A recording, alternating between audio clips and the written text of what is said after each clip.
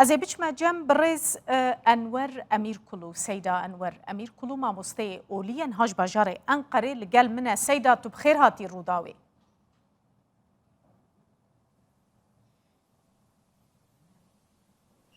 بله. واجی مخصیه میوان ایجوار سپاسی دکم. گلکی سپاس تو جاره کدم خیر هاتی سید است خوازم دست پی که تجمر بحثا گرینگی زمان دایی که بکد اولا اسلام ده به چه رنگی بحثا زمان جدا ین قومان هاتیه کرن یعنی جبو کو کردجی بزانه بن فیربونا زمان دایی که مجبوریت که اولیه جید همان دمیده.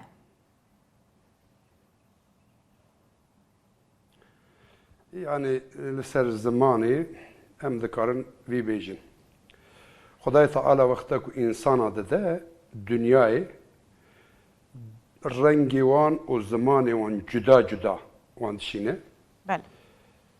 ده سورة روم آیت 22 دیا داجی خدای تعالی ده بیجه نشان من اون ارض و آسمانی که ما چه کریه گرانی ارض و آسمانی جی نشان قوتا منن و رنگ و زمان وجی جنیشان قوتا منن یعنی وقتا انسان تین دنیای خدای تعالی رنگی وان جدا جدا زمان وان جدا جدا تشینه یعنی کسی که تازه نای زمانک شخورا پیدا ناکه بله کسی که زمان خواه و یا خدا رنگی خواه عاجز به او وی آیت خدا انکار که یعنی انکاریا زمان انسانی انکاریا رنگی که لسر انسانیه یعنی کسی که بیجه اچرا کردم و یا خدا بیجه اچرا فارسم انکاریا آیت خدا دکه جبر بی قاسی گره که ام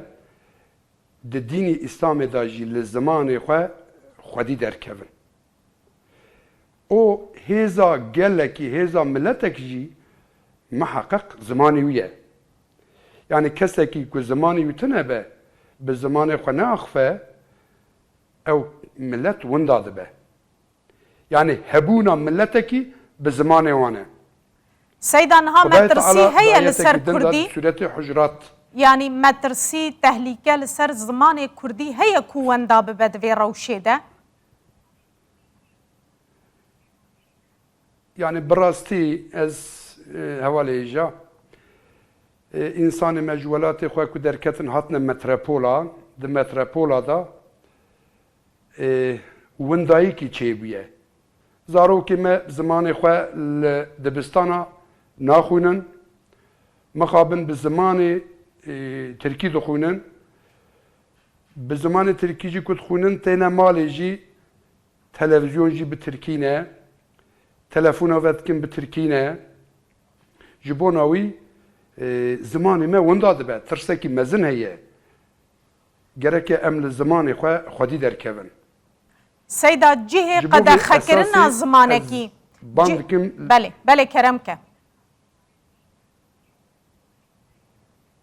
از باندکم ملت ما تمامی او کسی gerçekten نهاج خورات بیجن ام دیندارن ام اولدارن ام جدین خو حزکن او جولات خو جخوا حزکن بلا بری هر تشتی زمان خو فیر ببن فیر زارو که خو بکن دین به زمان نابه yani zaman din به چه تفهم کرن به زمان این ملت که زمانی یتنه به نکاره دینی خوش فیر ببه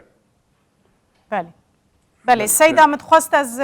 وی کیجی بپرسم مثلا سالین دور و دریجن زمان ما جالی دستلاتان و هاتبو قد خکرن حتی نهاجی درفت پروردبونا به زمان کردی نینه براستی جه وی که دولا اسلام ده یان دو اولک و بیرو باوریه که دنده هی گلو مروف زمان قومکی زمان ملتکی قد خبکه yani کسی که زمانا قدخه بکه اینکاریا آیت خدا که یعنی شرکه یعنی شریکش خود را دبیجه یعنی براستی ویتشته دبیجه وان کسی که قدخه کن ویتشته دبیجن خدا زمان دایته اجی ناهیلم yani evad be çi evad be inkarya zamanı millete ki ku Xudayê Teala mînanê hêja pêş de me got di ayet di Sûretê Rom ayeta 22 da Xudayê Teala dibê reng û zimanê we ji ayetê min in. Piştî Xudayê Teala bu ayetê evî ispat bike kesê ku evî inkar dikin bila gelekî baş bizanbin Xudayê Teala dibêje di ayetek din da dibêje ew zalim bila rin bizanbin li dinyayê jî eger em wan ceza nekin cezakî nedin wan ew ê werne axretê berdestê me em ê zalima bi cezakî mezin ceza bikin. Lê belê vî tiştê han jî em bizanin gelî hevala. Ew zalim çi qasa heqsizî dikin em jî li xwe bêheqî dikin ku em jî li zimanê xwe xwedî dernakevin. Îro derfetek hatiye dayîn em zarokê xwe nabin li wê derê zimanê xwe bi wan nadin xwendinê. Ji ber vî esasî gereke em gelekî baş bizanbin em li zarokê xwe, li çanda xwe, li hunera xwe, li zimanê xwe û li welatê xwe xwedî bibin. Er ku berpirsiyariyên malbata divirde çine Seyda mesela malbatên ku vê derfetê bo zarokê xwe pêşkêş nakin yan di mala xwe de bi zarokê xwe re bi zimanê xwe naaxifin ew jî ne gunehkarin? Tabii ew malbatê ku di mala xwe da zimanê xwe fêrê zarokê xwe nakin yani taybetî ewanaka zaten zirarî herî mezin didine zimanê xwe didine zarokê xwe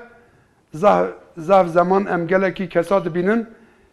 dibê ez Kurdim mixabin ez bi Kurdî nizam biaxifim.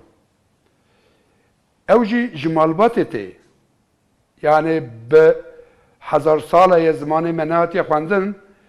lê belê dayîkê me bavê me ecdadê me van tiştê hanika di mala da bi me ra bi Kurdî diaxifiyan çand û hunera me fêrê me dikirin ji ber wî em hîn bûne medresê Kurdistanê jî divraka da gelekî heqekî wanê mezin heye di medresê Kurdistanê da belê bi erebî de hate xwendin yan şîrovekirina wî bi temamî bi Kurdî bû Xudayê Teala ji wan Seyda a razî be înşallah. Seyda herî da wî ez dixwazim weke mamosteyekî olî banga te jî ji bo Kurdan wergirim ji bo biçin zarokê xwe ji bo van dersên zimanê dayîkê navê wan tomar bikin, bişopînin, daxwaza maf û heqê xwe bikin. Banga te ji bo malbatên Kurd çi ye?